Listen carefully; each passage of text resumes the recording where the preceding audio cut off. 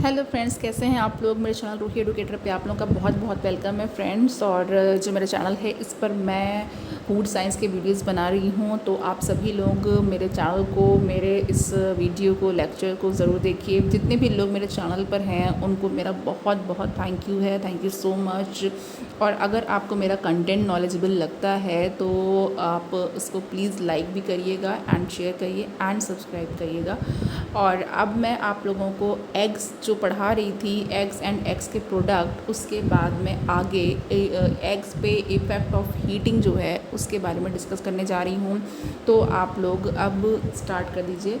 तो देखिए यहाँ पे फ्रेंड, ये जो इफ़ेक्ट ऑफ हीट है, आपको पता है कि जो एग है वो प्रोटीन का गुड सोर्स है। और मैंने इसके प्रीवियस जितनी भी आपको लेक्चर्स दिए हैं उसमें मैंने एग्स के बारे में बहुत अच्छी चीज़ें बता रखी हैं, बहुत ही डीप नॉलेज दिया मैंने। तो यहाँ पे देखिए, जो एग है वो प्रोटीन का बना हुआ है, उसमें प्रोटीन कंटेंट हाई है। ओके, एंड जो प्रोटीन होती है फ्रेंड, प्रोटीन के जो है स्ट्रक्चर्स होते हैं, और ये स्ट्रक्चर्स हैं primary structures, secondary structure and tertiary structures. Okay, तो जितनी भी प्रोटीन्स होती हैं इनमें primary, secondary and tertiary structures होते हैं। टर्शरी स्ट्रक्चर जो है एग वाइट प्रोटीन का, एंड एग वाइट प्रोटीन जो है वो क्या है, एल्ब्यूमिन है। तो जो एग वाइट प्रोटीन है इसका स्ट्रक्चर टर्शरी होता है, और ये hydrophobic interactions and hydrogen bonding की वजह से होता है। ओके, तो जो एग वाइट का या एग वाइट प्रोटीन एल्ब्यूमिन का जो hydrophobic interaction and hydrogen bonding की वजह से स्ट्रक्चर होता है वो होता है टर्शरी स्ट्रक्चर। नाउ इसमें सिस्टीन एमिनो एसिड भी होता है, वेरी इंपॉर्टेंट। यहाँ पे सिस्टीन एमिनो एसिड है जो कि एक सल्फाइड्रिल ग्रुप एसएच ग्रुप है, ठीक है। इसमें सल्फाइड्रिल ग्रुप होता है, और ये जो सल्फाइड्रिल ग्रुप है ये कोवैलेंट डाइसल्फाइड बॉन्ड्स बनाते हैं, और ये two distant section of protein को क्लोज प्रोक्सिमिटी में होल्ड करते हैं। नाउ जो डिस्ट्रप्शन होता है वो टर्शरी स्ट्रक्चर में या फिर थ्री डायमेंशनल स्ट्रक्चर में वो हीट की वजह से होता है, केमिकल्स की वजह से होता है, या फिर एसिडिटी की वजह से होता है। और जब ये अपना स्ट्रक्चर वो अपने स्ट्रक्चर जो ओरिजिनल स्ट्रक्चर है उसको खो देता है, तो इसको कहते हैं कि डीनेचुरेशन हो गया है, यानी कि डीनेचर हो जाता है, या डीनेचुरेशन प्रोसेस कहलाता है। नाउ जब एग को हीट करते हैं तो हीट इंटरमॉलिक्यूलर फोर्सेस को ब्रेक करती है, और जो टर्शरी स्ट्रक्चर है वो ब्रोकन डाउन हो जाता है, ब्रोक कर जाता है। नाउ जो प्रोटीन है वो अनफोल्ड हो जाती है, और इसका जो फोल्डेड नेचर है स्ट्रक्चर का, ओके, उससे वो अनफोल्ड हो जाती है, एंड ये प्रेसिपिटेट होकर के एक वाइट सॉलिड मास बना लेती है। इसीलिए जब भी एग को हीट करते हैं, बॉयल करते हैं, तो वो जो उसका एल्ब्यूमिन होता है वो आपको वाइट सॉलिड या सेमी सॉलिड फॉर्म में दिखाई देता है। नाउ ओवैल्ब्यूमिन मेन प्रोटीन है एग वाइट में, और ये ग्लोब्यूलर प्रोटीन है, और ये हीट से डीनेचर हो जाती है। नाउ एग वाइट कोगुलेट होता है हीट चेंजेस से। ओके, तो एग वाइट है वो हमेशा हीट चेंजेस से कोगुलेट होगा, और एक ट्रांसपेरेंट विस्कस सॉल से एक ओपेक वाइट जेल में बदल जाता है। ओके, जो वाटर है वाइट का वो क्या होता है, वो प्रोटीन से ट्रैप हो जाता है। नाउ एग योक की अगर हम बात करें तो ये एक थिक लिक्विड है, और इसमें कोई भी लाइक लॉन्गर फ्लो नहीं होता है। जब इसको कुक किया जाता है तो ये सॉलिड ही रहता है, and with the mealy structure. Now जो रेंज है टेम्परेचर की ओवर द विच कोगुलेशन होता है ये वैरी करती है, जैसे जो रेट ऑफ हीटिंग वो वैरी करता है। नाउ एग को अगर हाई इंटेंसिटी ऑफ हीट पे एक्सपोज करें तो ये ओवर कोगुलेट हो जाता है, और इसके पहले ये रिमूव किया जा सकता है। Now in undiluted egg white, अगर एग वाइट अनडाइल्यूटेड है तो जो कोगुलेशन है वो 60 डिग्री सेंटीग्रेड या फिर 140 डिग्री फ़ारेनहाइट पे होता है with the white, and no longer able to flow near 65 degree पे ये फ्लो करने के लिए एबल नहीं रह जाता है। नाउ जो कोगुलेशन है यॉक में वो 65 डिग्री पे बिगिन होता है, एंड जो यॉक है वो भी अब फ्लो नहीं कर पाती है, और जो टेम्परेचर है वो 70 डिग्री सेंटीग्रेड तक रहता है। नाउ हीटिंग ऑफ एग जो है ये मच बियॉन्ड दिस टेम्परेचर, अगर इस टेम्परेचर के आगे अगर हीटिंग की जाए तो ये क्या होता है, श्रिंक कर जाता है। ओके, तो हीटिंग करने पे, इस टेम्परेचर के बियॉन्ड हीटिंग करने पे जो एग है वो श्रिंक कर जाएगा एंड टफेंड हो जाएगा, एंड जो कोगुलम ऑफ वाइट हो जाएगा, ठीक है, वाइट का कोगुलम बन जाएगा। नाउ अब फैक्टर्स जो कि कोगुलेशन ऑफ एक प्रोटीन को अफेक्ट करते हैं उसको देखते हैं। ना जो कंसंट्रेशन है, ये पहला फैक्टर है। जो कंसंट्रेशन की अगर हम बात करें तो वो टेम्परेचर जिस पे एग प्रोटीन कोगुलेट करती है एंड वो टाइम जो कोगुलेशन के लिए रिक्वायर्ड होता है, ये डिपेंड करता है on the proportion of the egg in any mixture. ठीक है, कि किसी भी मिक्सचर में ये कितना प्रोपोर्शन में है। नाउ डाइल्यूशन ऑफ एग वो टेम्परेचर के साथ इंक्रीज करता है एंड विच कोगुलेशन अकर्स। ठीक है, जिस पे कोगुलेशन होता है उस टेम्परेचर के साथ ये इंक्रीज करता है। Now part of egg used, कौन जो एग का जो पार्ट यूज़ होता है उस पर डिपेंड करता है, ये फैक्टर है हमारे पास। नेक्स्ट फैक्टर, नाउ जो एग योक प्रोटीन है वो स्लाइटली हायर टेम्परेचर इसे चाहिए होता है for the coagulation, okay, than the egg white. तो जो एग वाइट के कंपैरिजन में इसको स्लाइटली हायर टेम्परेचर की ज़रूरत होती है। Now move to the next slide. तो नेक्स्ट स्लाइड में ये जो है हमारे पास नेक्स्ट फैक्टर, ये क्या है, इंटैक्ट और स्टर्ड। तो जो टेक्सचर है of coagulated yolk, egg yolk का, ये जब कुक होती है तो इंटैक्ट रहती है एंड ये क्रम्बली रहती है एंड मीली होती है बट सॉलिड रहती है। और जब यॉक मेम्ब्रेन रप्चर कर जाती है एंड देन यॉक को अगर स्टिर करते हैं, हीट करते हैं, हाउएवर जो टेक्सचर है वो एक जेल से फर्म रबड़ी सॉलिड में चेंज हो जाता है। नाउ सभी लोग एग अपने घर में बॉईल करते हैं, एग को फ्राई करते हैं, एग को पोचिंग करते हैं। ओके, तो मैं आगे जो भी आपको कंटेंट पढ़ाऊँगी आगे नेक्स्ट लेक्चर में, मैं उसमें एग के डिफरेंट आपको जो काइंड्स ऑफ रेसिपी है वो भी पढ़ाऊँगी। नाउ तो जो डिफरेंस है इसके टेक्सचर ऑफ इंटैक्ट एंड जो स्टिर्ड एग यॉक है इसमें चेंजेस हो सकते हैं। और जो ये जो चेंजेस हैं ये intricate micro structure of egg York की वजह से होते हैं जब इसको स्टिर कर देते हैं तो, ओके। और नाउ अब नेक्स्ट यहाँ पे जो है, ये जो टाइनी डिस्क्रीट ग्रैन्यूल्स होते हैं जो कि एग यॉक में इंटैक्ट हैं, ये highly cross link protein network होते हैं और जब ये डिस्टर्ब हो जाए है तो ये इस फॉर्म में आ जाता है। Now temperature and time. तो टाइम एंड टेम्परेचर की बात करें तो जो रेट ऑफ कोगुलेशन है एंड अमाउंट ऑफ ओवुलम, ये एक डिफरेंट टाइम इंक्रीज़ करने के साथ और टेम्परेचर इंक्रीज़ करने के साथ ये फॉर्म होता है। नाउ जो कैरेक्टर ऑफ कोगुलम है ये तब फॉर्म होता है जब एग वाइट को हीट करते हैं एट हाई टेम्परेचर और ये फॉर्म हो जाती हैं as compared with this soft tender and more evenly coagulated product जो ऑब्टेन होता है जब कोगुलेशन टेक प्लेस होता है at the lower temperature. Now जो toughened and greater shrinkage of protein coagulation है वो हाई टेम्परेचर पे होती है और ये जो है ये बेसिस बनाती है for the recommended use of low और moderate temperatures for egg cookery, okay. Now अगर एग को कुक करते हैं, ओके, एंड इन वाटर, तो टेम्परेचर 85 डिग्री सेंटीग्रेड होना चाहिए एंड तब यहाँ पे जो टेक्सचर प्रोड्यूस होगा वो टेंडर होगा, तब भी फर्म एंड टेंडर होगा। Now oven temperatures from 148.8 to 176.6 degree centigrade ये सेटिस्फैक्ट्री है for the egg cooking and जो एग डिशेस हैं वो इस टेम्परेचर पे अच्छी बनती हैं। ना जो प्लेन एग डिश है वो इन पैन में अगर हम वाटर लें और पैन में तो ये बेकिंग होती है, देन इसमें जो अवन है वो क्या करता है, वो एग के प्रोडक्ट को ओवर कुक होने से प्रोटेक्ट करता है। नाउ नेक्स्ट है हमारे पास, next slide is micro organism. Now अगर हम माइक्रो ऑर्गेनिज्म की बात करें तो जो साल्मोना एंटेराइटिस है ये reproductive system of some laying hens का इसको इन्फेक्ट कर सकता है या इन्फेक्ट करता है इनफैक्ट। तो यहाँ पे जो एग होते हैं वो ले किए जाते हैं वो कंटेमिनेटेड होते हैं from with the salmonella enteritis, okay. Now जो पॉसिबल जो डेंजर है वो हो सकता है फ्रॉम द ईटिंग रॉ और lightly cooked egg, okay. Hens जो ऐसे एग प्रिपरेशंस हैं वो जो इन्फेंट्स को सर्व नहीं करना चाहिए और प्रेग्नेंट मदर्स को सर्व नहीं करना चाहिए। यानी कि जो एग है वो जब भी हम इन्फेंट को या फिर प्रेग्नेंट मदर को दें तो वो थोरोली कुक होना चाहिए, इसको हाफ़ कुकिंग करके नहीं देना चाहिए, ओके, या हाफ़ बॉयल्ड या हाफ़ फ्राइड नहीं देना चाहिए।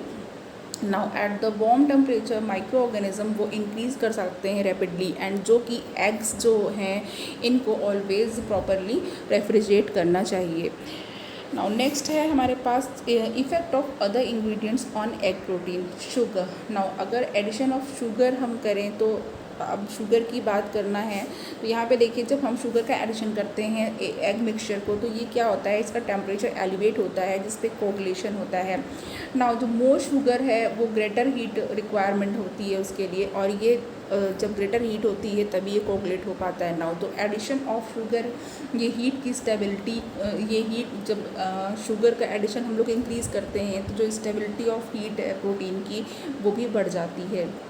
नाउ सॉल्ट, तो अगर हम एग मिक्सचर में सॉल्ट ऐड करते हैं तो ये इसके टेम्परेचर को लोअर करता है at which the coagulation take place. Now जो कुछ सॉल्ट्स होते हैं like chlorides, phosphates, sulphates and lactates, ये जेल फॉर्मेशन कॉज करते हैं। ओके, नाउ अब जो अगर इनको आफ्टर या बिफोर हीटिंग ऐड करते हैं तो अगर ये ऐड किए जाते हैं आफ्टर हीटिंग तो कर्डलिंग हो सकती है during the addition. Okay, now acids, acid का क्या इफ़ेक्ट होता है, कोई भी एसिड मटेरियल अगर एग मिक्सचर में ऐड करते हैं तो जो कोगुलेशन है वो मोर रैपिडली होता है एंड ये एक फर्मर जेल प्रोड्यूस करता है एंड लोअर कोगुलेशन टेम्परेचर को लोअर करता है of the mixture. And prolong heating of N acid egg mixture जो है वो क्या करती है, वो पेप्टिडाइजेशन लाती है एंड ये लार्ज एग्रीगेट को ब्रेक करती है and into the smaller once and resulting in thinning out of mass and curdling. Now जो हार्डनेस एंड कोहेसिवनेस है एग वाइट की या जेल की, वो मिनिमम pH 6 पे वो रिपोर्ट की जाती है, और ये pH अगर इंक्रीज़ कर दी जाए और इधर या फिर डिक्रीज़ कर दी जाए 5 पे या फिर इंक्रीज़ कर दी जाए 9 पे तो हमें ऐसा देखने को मिलता है। नाउ स्टार्च की बात करें तो अगर हम लोग स्टार्च की बात करें तो ये जो it is better to bring the starch mixture okay to its maximum thickness की, अगर मैक्सिमम थिकनेस तक इसके स्टार्च को मिक्सचर को लाएंगे before adding the uncooked egg, because जो कोगुलेशन है एंड जेलेटिनाइजेशन टेम्परेचर ऑफ एग और स्टार्च दोनों का डिफर करता है। ओके, ये दोनों अलग अलग टेम्परेचर पे होते हैं। नाउ प्रिजर्वेशन, तो अब अगर हम प्रिजर्वेशन की बात करें कि एग को कैसे प्रिजर्व कर सकते हैं, तो जो एग ब्रेकिंग या separation and pasteurization and freezing are steps involve. Okay, ये सारे स्टेप्स इसमें इन्वॉल्व हैं। तो एग्स को अगर पॉस्चराइज करना है तो पॉस्चराइजेशन करने के बाद हम लोग साल्मोनेला ऑर्गेनिज्म को किल कर सकते हैं। ना यूजुअल पॉस्चराइजेशन प्रैक्टिस जो है वो फॉर लिक्विड होल एग्स वो क्या इन्वॉल्व करती है, हीट ट्रीटमेंट को at the 60 degree centigrade and 62 degree for ये not less than 3.5 minutes. Okay, now अगर एसिडिटी को इंक्रीज़ कर रहे हैं तो जो एग वाइट है बिफोर द पॉस्चराइजेशन वो क्या होगा, seems to protect the protein from damage to heat, तो ये हीट डैमेज से प्रिवेंट करता है। Now functional property of raw egg white वो फ्रीजिंग या फिर थॉइंग से ऑल्टर्ड नहीं होती है। Now frozen eggs yolk become viscous and gummy on thawing unless they are mixed with sugar, जब तक उनको शुगर के साथ या सॉल्ट या सिरप के साथ ऐड नहीं कर दिया था, मिक्स नहीं कर दिया था before the freezing. Now freezing process, ये जो सरफेस है टाइनी लिपिड प्रोटीन पार्टिकल्स का या लिपोप्रोटीन का इन द एग योग, इसको डिस्टेबलाइज करता है। तो जो फ्रीजिंग प्रोसेस है इसे डिस्टेबलाइज कर देता है। नाउ जो फ्रैगमेंट्स हैं वो लिबरेट होते हैं, देन एग्रीगेट हो जाते हैं एक साथ on the thawing to form a messy type of structure या फिर जेल। नाउ जो कुक्ड एग वाइट है वो नॉट स्टेबल होती है to the freezing and thawing, ये स्टेबल नहीं है कुक्ड वाइट एग के लिए। नाउ जो जेल स्ट्रक्चर है ऑफ द कोगुलेटेड प्रोटीन वो आइस क्रिस्टल फॉर्मेशन से डैमेज हो जाता है एंड जो सिनर्सिस अगर ऑन थॉइंग एंड थॉइंग पे सिनर्सिस हो जाती है। ना कोल्ड स्टोरेज, तो कोल्ड स्टोरेज में एग्स यूजुअली -1.5 डिग्री सेंटीग्रेड से 0 डिग्री सेंटीग्रेड पे just above the freezing point वो स्टोर किए जाते हैं। ना only eggs of high quality should be stored, जो हाई क्वालिटी के एग्स हैं वही स्टोर किए जाने चाहिए। ये डिज़ायरेबल कंडीशंस में ओनली स्टोरेज रूम पे एज वेल एज कंट्रोल्ड जो ह्यूमिडिटी पे 85 to 90% सर्कुलेशन ऑफ एयर होना चाहिए and free from objectionable order.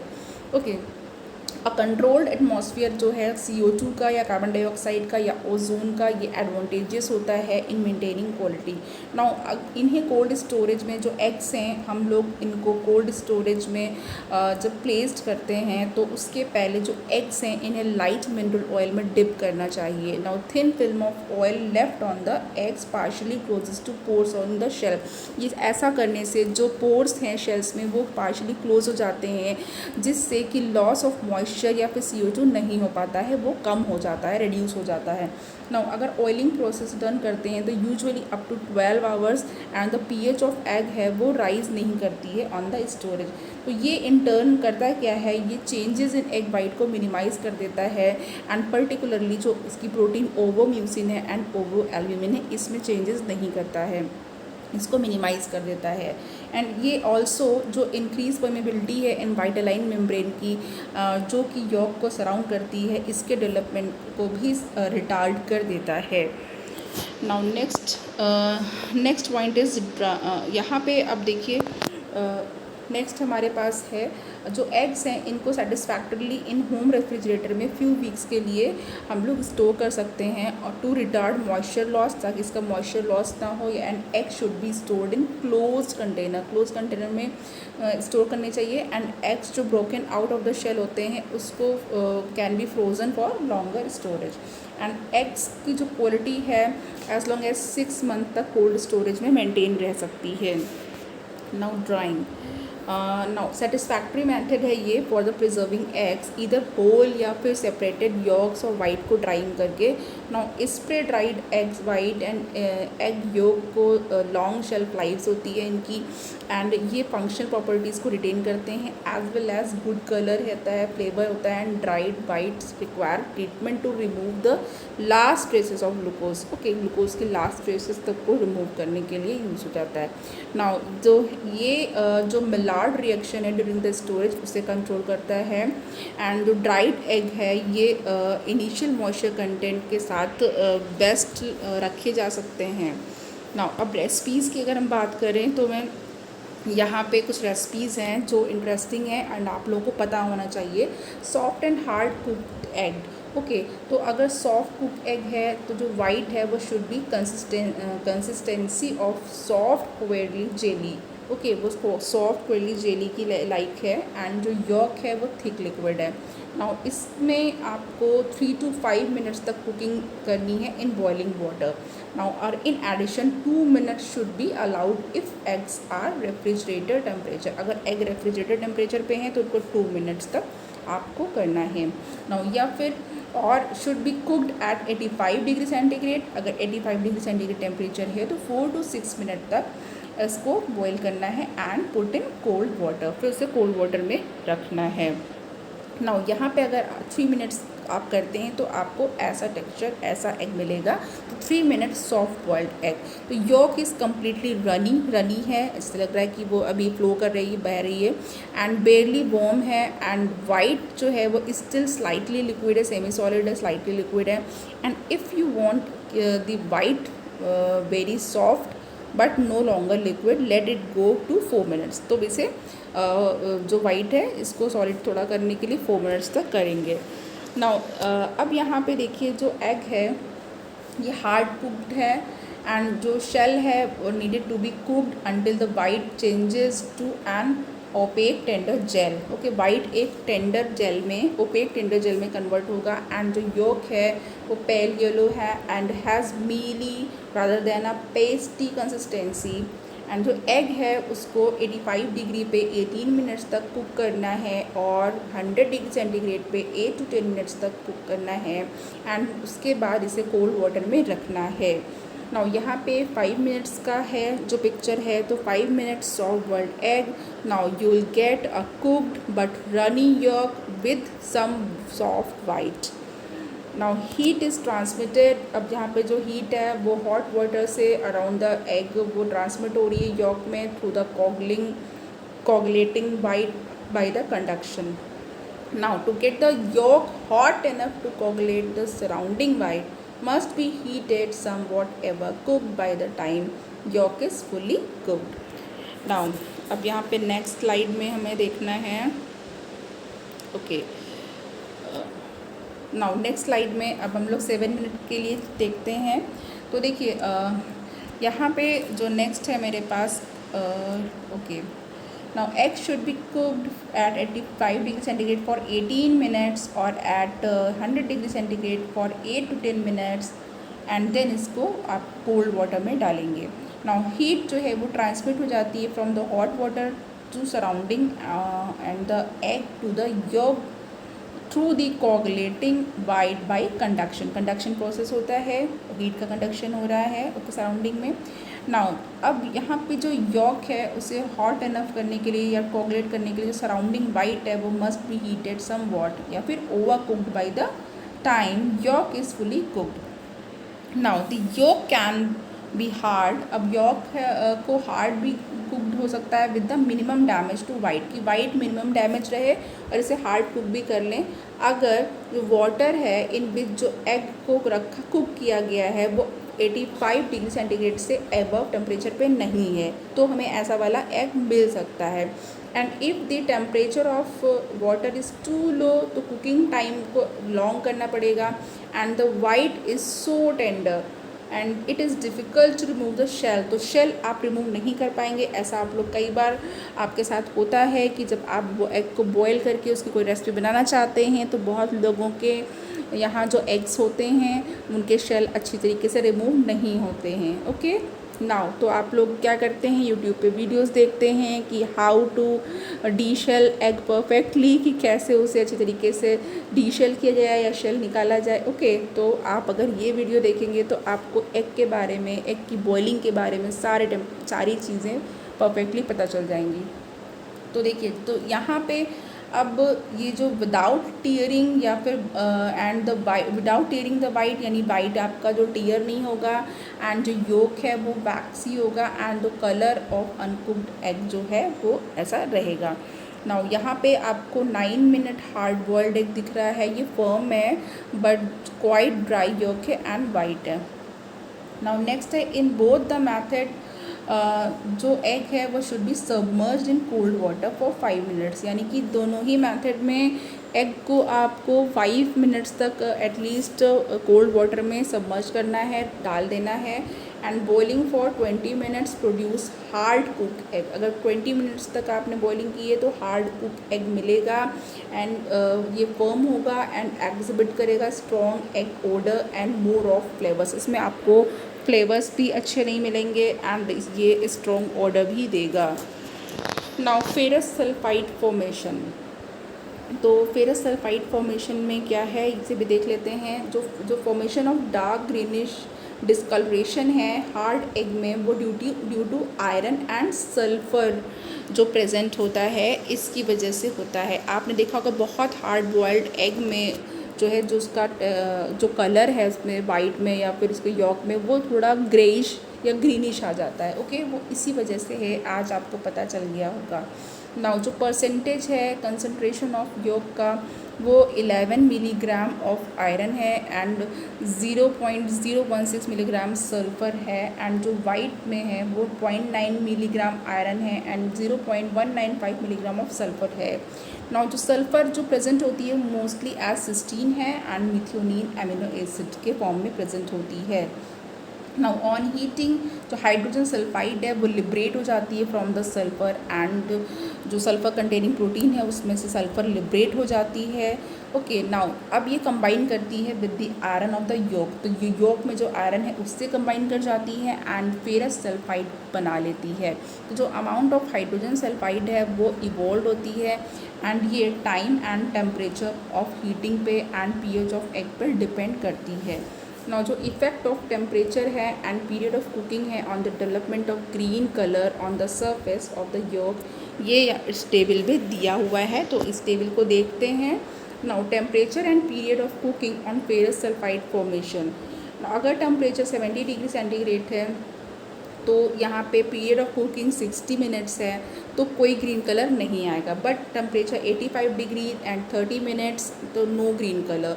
100 degree centigrade 15 minutes green discolouration and 100 degree 15 minutes cooled in cold water no green colour and 100 degree centigrade 30 minutes dark green colour and 100 degree centigrade 30 degree centigrade cooled in cold water तो भी ये dark green colour आएगा। Okay now next है यहाँ पे देखिए ये जो टेबल है ओके नाउ यहाँ पे देखिए, अब जो even if the eggs are cooked for long time, तो यहाँ पे कोई ग्रीन कलर नहीं आता है अगर इसको लो टेम्परेचर पे कुक किया जाए। ये टेबल का एक्सप्लेनेशन है। नाउ जब इसे कोल्ड वाटर में रखते हैं तो जो कुकिंग के बाद कोई ग्रीन कलर नहीं आता है due to diffusion of hydrogen sulphide gas at the surface of the cooling. Okay sir, जो हाइड्रोजन सल्फाइड गैस है उसका सरफेस पे क्या होता है, कूलिंग हो जाता है। नाउ अगर एग को लॉन्ग टाइम के लिए कुक कर दिया गया एंड इसे हाई टेम्परेचर पे रख किया गया तो फेरस सल्फाइड जो है उसमें रिंग फॉर्मेशन अगर होता है, रिंग फॉर्मेशन होता है। एंड इवन इसको कूल भी कर देंगे कोल्ड वाटर में तो भी ये फॉर्मेशन होगा। नाउ एग जिसमें डिटीरियरेशन हो जाता है ड्यूरिंग द स्टोरेज, उसमें CO2 का लॉस हो जाता है एंड विद द रिजल्ट यहाँ पे एल्कलिनिटी इंक्रीज़ हो जाती है। नाउ जो हाई पीएच है ये हाइड्रोजन सल्फाइड के प्रोडक्शन को फेवर करती है, और जो स्टेल या बासी एग होते हैं इसमें मोर चांसेस होते हैं फेरस सल्फाइड रिंग फॉर्मेशन के। नाउ अगर हार्ड कुक एन एग है तो with the minimum discoloration of yolk, एक फ्रेश एग जो है उसे इन वाटर में सिमर करना चाहिए, सिमरिंग टेम्परेचर पे रखना चाहिए, followed by the prompt cooling. Okay now hydrogen sulphide and elemental sulphur जो कि बॉयल्ड एग में प्रेजेंट होते हैं ये ऑक्सीडाइज जाते हैं मेटालिक सिल्वर को, एंड सिल्वर सल्फाइड में ये ऑक्सीडाइज हो जाते हैं and form a layer of silver sulphide. Now जो नेचर है कलर ऑफ सिल्वर सल्फाइड का वो डर्टी ब्लैक होता है, हैंस जो सिल्वर प्लेट होती है वो ब्लैक हो जाती है when a boiled egg is placed on it, जब कोई बॉयल्ड एग इस पर रखा जाता है। ओके नाउ पोच्ड एग, तो पोच्ड एग के बारे में मैं आपको यहाँ पे थोड़ा सा बताऊँगी एंड आगे बहुत डिटेल में अच्छी तरीके से आपको बताऊँगी। ओके सो यहाँ पर अब हम लोग देखते हैं। ओके नाउ पोच्ड एग, तो देखिए पोच्ड एग में क्या है, पोच्ड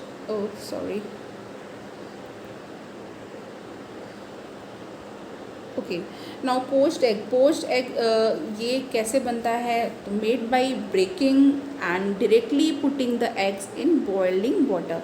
अगर बॉइलिंग वाटर है, वाटर को पहले बॉईल कर लेंगे। ओके बॉइलिंग वाटर में आपको एग को रखना है। Okay made by breaking and directly putting the eggs in boiling water, and जो एग अब यहाँ पे लेफ्ट करेंगे, इसमें छोड़ देंगे in the hot water until जो वाइट है वो जेली लाइक नहीं हो जाता एंड यूनिफॉर्मली कोगुलेट नहीं हो जाता, एंड जो योक है वो सेमी लिक्विड होता है एंड कवर्ड होता है by a thick coating of white. Now ideally जो पोच्ड एग होता है उससे कॉम्पैक्ट होना चाहिए with no ragged edges, and ये जो है ये this needs an egg of top quality, यानी इसके लिए टॉप क्वालिटी का एग चाहिए। और ये जो टेक्निक है ये यूज़ होती है to put the egg in water also influences the end product. तो होपफुली आपको ये लेक्चर, ये नॉलेजेबल जो भी कंटेंट है ये आपको बहुत अच्छा लगा होगा, एंड प्लीज़ लेक्चर को आप लाइक करिए एंड सब्सक्राइब करिए एंड दूसरों तक भी इसको पहुंचाइए, सो इसलिए शेयर भी करिए। Thank you so much.